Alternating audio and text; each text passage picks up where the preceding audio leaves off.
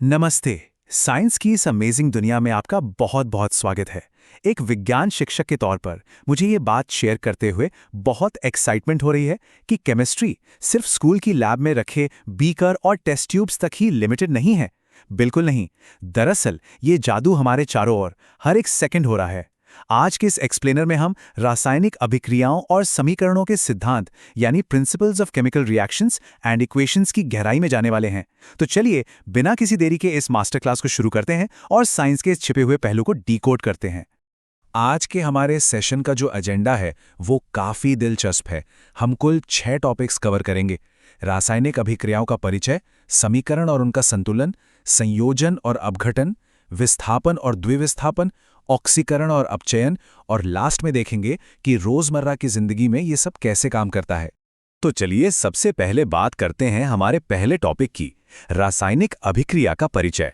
आसान भाषा में कहें तो जब भी कोई केमिकल रिएक्शन होता है तो किसी पदार्थ की पूरी मूल प्रकृति ही बदल जाती है और एकदम कुछ नया बन जाता है। ये कुछ वैसा ही है जैसे एक कैटरपिलर का पूरी तरह से एक खूबसूरत तितली में बदल जाना। बदलाव के बाद वो अपनी पुरानी अवस्था में नहीं रहता। जरा सोचिए, गर्मियों में दूध का खट्टा होकर फट जाना, या फिर बाहर रखे लोहे के सामान पे जंग लग जाना, रसोई में खाना पकना, या यहाँ तक कि हमारी अपनी सांस लेने की प्रक्रिया जिसे हम श्वसन कहते हैं। क्या ये सब सिर्फ आम सी घटनाएं हैं? बिल्कुल नहीं। ये असल में बहुत ही जटिल रासायनिक अभिक्रियाएं हैं जो हमारी आंखों के ठीक सामने हो रही हैं। विज्ञान सिर्फ मोटी मोटी किताबों में नहीं है, वो तो हमारी रसोई और हमारे शरीर के अंदर भी मौजूद है। अब आप शायद सोच रहे होंगे कि भाई हमें कैसे पता चलेगा कि कोई अभिक्रिया सच में हुई है। अच्छा, यहां हमें थोड़ा एक जासूस की तरह सोचना होगा। आपको इन 5 भौतिक सुरागों पर नजर रखनी है। क्या चीज का रंग बदला? क्या उसमें से कोई गैस निकली? क्या तापमान में कोई अचानक बदलाव आया, मतलब वो गर्म या ठंडा हुआ? क्या कोई ठोस अवशेप यानी प्रेसिपिटेट बना? या फिर क्या उसकी अवस्था ही बदल गई, जैसे ठोस से गैस? अगर इनमें से कुछ भी हो रहा है तो बॉस समझ लीजिए कि वहां पक्के तौर पर एक केमिकल रिएक्शन हुआ है। इन सारे सुरागों को समझने के बाद अब आते हैं हमारे दूसरे टॉपिक पर, समीकरण और उन्हें संतुलित करना। अब भाई विज्ञान में हर चीज को लिखने का एक बहुत ही व्यवस्थित तरीका होता है, और रासायनिक समीकरण असल में केमिस्ट्री की अपनी ग्रामर या व्याकरण है। एक रासायनिक समीकरण वो लिखित तरीका है जिससे हम दिखाते हैं कि कैसे अभिकारक यानी रिएक्टेंट्स उत्पाद या प्रोडक्ट्स में बदल रहे हैं। इसे बिल्कुल एक रेसिपी की तरह मान लीजिए। जब हम कुछ बनाते हैं तो हमारे पास कच्चे घटक होते हैं, जैसे आटा, पानी और चीनी। ये हमारे रिएक्टेंट्स हैं, और जब इन्हें मिलाकर बेक किया जाता है तो जो टेस्टी केक बनता है वो हमारा प्रोडक्ट है। बीच में जो तीर का निशान होता है वो हमें बताता है कि ये बदलाव किस दिशा में हुआ है। लेकिन रुकिए, यहाँ ब्रह्मांड का एक बहुत ही बड़ा नियम लागू होता है, द्रव्यमान के संरक्षण का नियम या law of conservation of mass. इसका सीधा सा मतलब ये है कि परमाणुओं को न तो नष्ट किया जा सकता है और ना ही नया बनाया जा सकता है। इसीलिए तीर के दोनों तरफ परमाणुओं की संख्या बिल्कुल बराबर होनी चाहिए। ये एकदम पार्क में लगे सीसॉ या तराजू की तरह है। दोनों पलड़े एकदम बराबर होने चाहिए, वरना हमारा समीकरण तकनीकी रूप से पूरी तरह गलत हो जाएगा। हमें उसे हमेशा बैलेंस करना ही पड़ता है। आगे बढ़ते हैं हमारे तीसरे हिस्से की तरफ, संयोजन और अपघटन। यहां से हम रासायनिक व्यवहार की 2 बहुत ही अहम कैटेगरीज में कदम रख रहे हैं। सीधा सा फंडा है, कैसे चीजें आपस में जुड़कर कुछ बड़ा बनाती हैं और कैसे वो टूटकर छोटे हिस्सों में बिखर जाती हैं। सबसे पहले लेते हैं संयोजन अभिक्रिया या कॉम्बिनेशन रिएक्शन को। जब 2 या 2 से ज्यादा पदार्थ आपस में मिलकर एक सिंगल नया पदार्थ बनाते हैं तो उसे संयोजन कहते हैं। वापस उस केक बेकिंग वाले उदाहरण को याद कीजिए, जहां कई सिंपल चीजों को मिलाकर एक केक बना। और मजे की बात यह है कि अक्सर जब ये चीजें जुड़ती हैं तो वे ऊष्मा या गर्मी छोड़ती हैं। ऐसी अभिक्रियाओं को हम ऊष्माक्षेपी या एक्सोथर्मिक रिएक्शन कहते हैं। क्या आप जानते हैं कि हमारे शरीर में होने वाला श्वसन भी इसका एक बहुत ही बेहतरीन उदाहरण है? और इसके ठीक उल्टा होता है अपघटन अभिक्रिया यानी डीकंपोजिशन रिएक्शन। ये वो प्रोसेस है जहां एक अकेला पदार्थ टूटकर कई छोटे छोटे पदार्थों में बंट जाता है। इसकी कल्पना आप लेगो ब्लॉक्स से बने एक बड़े से महल की तरह कर सकते हैं, जिससे तोड़कर वापस अलग अलग बेसिक ब्लॉक्स में बांट दिया जाता है। लेकिन हाँ, इस महल को तोड़ने के लिए हमें बाहर से ऊर्जा चाहिए होती है, जो ऊष्मा, प्रकाश या फिर बिजली के रूप में दी जा सकती है।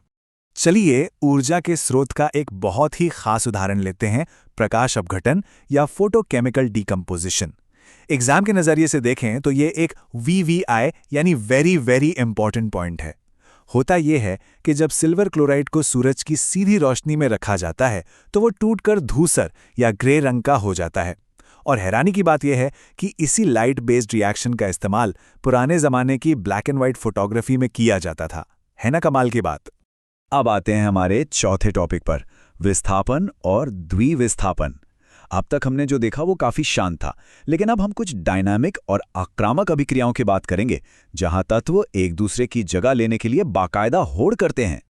विस्थापन अभिक्रिया यानी डिस्प्लेसमेंट रिएक्शन में क्या होता है कि एक ज्यादा एक्टिव या क्रियाशील तत्व एक कम क्रियाशील तत्व को हटाकर खुद उसकी जगह कब्जा कर लेता है। इसे एक खेल के मैदान की तरह सोचिए। एक बहुत ही स्ट्रांग और तेज खिलाड़ी आता है और एक कमजोर खिलाड़ी से एकदम आक्रामक तरीके से बॉल छीन लेता है। केमिस्ट्री में भी यही होता है, ज्यादा ताकतवर तत्व हमेशा कमजोर तत्व की जगह ले लेता है। लेकिन जब दोनों तरफ से बराबर की हिस्सेदारी हो तो उसे द्विविस्थापन या डबल डिस्प्लेसमेंट रिएक्शन कहते हैं। यहां दो यौगिकों के बीच आयनों का आपस में आदान प्रदान होता है। इसे आप ऐसे विजुलाइज कर सकते हैं कि जैसे डांस फ्लोर पर डांस कर रहे दो कपल्स अचानक बहुत ही ग्रेसफुली अपने पार्टनर्स बदल लें। और इस प्रोसेस की एक बहुत ही खास बात यह होती है कि अक्सर इसके रिजल्ट में एक सफेद रंग का अघुलनशील पदार्थ बनता है, जिसे हम पहले ही अवक्षेप या प्रेसिपिटेट के रूप में जान चुके हैं। चलिए अब हम पहुंच गए हैं अपने 5वें टॉपिक पर, ऑक्सीकरण और अपचयन। रासायनिक अभिक्रियाओं की इस जर्नी में ये दोनों ऐसे क्रूशियल कॉन्सेप्ट्स हैं जो ये तय करते हैं कि तत्व ऑक्सीजन के साथ कैसा बर्ताव करेंगे, और यही हमारे दैनिक जीवन की कई बड़ी घटनाओं का असली कारण है। ऑक्सीडेशन और रिडक्शन को हमेशा के लिए याद रखने का सबसे सॉलिड और सिंपल तरीका यहाँ है। सीधी सी बात है, जब किसी पदार्थ में ऑक्सीजन जुड़ती है तो उसे ऑक्सीकरण या ऑक्सीडेशन कहते हैं, और जब किसी पदार्थ से ऑक्सीजन अलग हो जाती है तो उसे अपचयन या रिडक्शन कहते हैं। ऑक्सीजन का आना ऑक्सीडेशन और उसका जाना रिडक्शन। आमने सामने की ये तुलना इसे एग्जाम्स के लिए तुरंत यादगार बना देती है। और इसी के साथ हम आ गए हैं अपने छठे और आखिरी टॉपिक पर, दैनिक जीवन में रसायन। हमने लैब, इक्वेशंस और थ्योरी की बहुत बात कर ली। अब टाइम है इस नॉलेज को लैब से बाहर निकालने का और ये देखने का कि ये सारे सिद्धांत हमारी असल जिंदगी को कैसे इंपैक्ट करते हैं। संक्षारण यानी करोजन और विकृत गंधिता यानी रैंसिडिटी, ये इसके सबसे बड़े और आम उदाहरण हैं। क्या आपने कभी सोचा है कि बाहर पड़ी आपकी लोहे की पुरानी साइकिल में जंग क्यों लग जाता है, या फिर रसोई में महीनों से रखा कुकिंग ऑयल या घी अचानक से बदबूदार क्यों हो जाता है? इन सब के पीछे जो साइलेंट क्रिमिनल है ना, वो वही ऑक्सीकरण है जिसके बारे में हमने अभी अभी बात की। जब भी धातु या खाने पीने की चीजें हवा की ऑक्सीजन के संपर्क में आती हैं तो ये विनाशकारी प्रोसेस शुरू हो जाता है। तो क्या हम इस अदृश्य दुश्मन के आगे हार मान लें? बिल्कुल नहीं, क्योंकि साइंस हमें सिर्फ प्रॉब्लम नहीं, सॉल्यूशन भी देता है। हम इस ऑक्सीकरण को बड़ी आसानी से रोक सकते हैं। कैसे? लोहे पर पेंट लगाकर, मशीनों के पुर्जों में तेल या ग्रीस लगाकर, या फिर अपने खाने पीने के सामान को एयरटाइट डिब्बों में पैक करके। ये सारे तरीके असल में एक ही काम करते हैं। ये पदार्थ और ऑक्सीजन के बीच एक सॉलिड दीवार बना देते हैं, जिससे ये रिएक्शन वहीं रुक जाता है। ये आज के एक्सप्लेनर का सबसे बड़ा और प्रैक्टिकल टेक अवे है। और अब इस एक्सप्लेनर को खत्म करते हुए मैं आपको एक विचार के साथ छोड़ना चाहता हूं। जरा सोचिए, हमारे अपने शरीर के अंदर इसी एक सेकंड में कौन कौन सी रासायनिक अभिक्रियाएं हो रही हैं। जो सांस हम अभी ले रहे हैं, जो खाना हमने आज खाया है, वो सब हमारे अंदर जाकर लगातार एक्सोथर्मिक और डीकंपोजिशन रिएक्शन से गुजर रहा है। केमिस्ट्री सिर्फ हमारे आसपास ही नहीं है, ये हमारे अंदर भी है। मुझे उम्मीद है कि आज के इस सेशन से आपको अपने आसपास की दुनिया को देखने का एक नया नजरिया मिला होगा। इस जादुई दुनिया को एक्सप्लोर करते रहिए।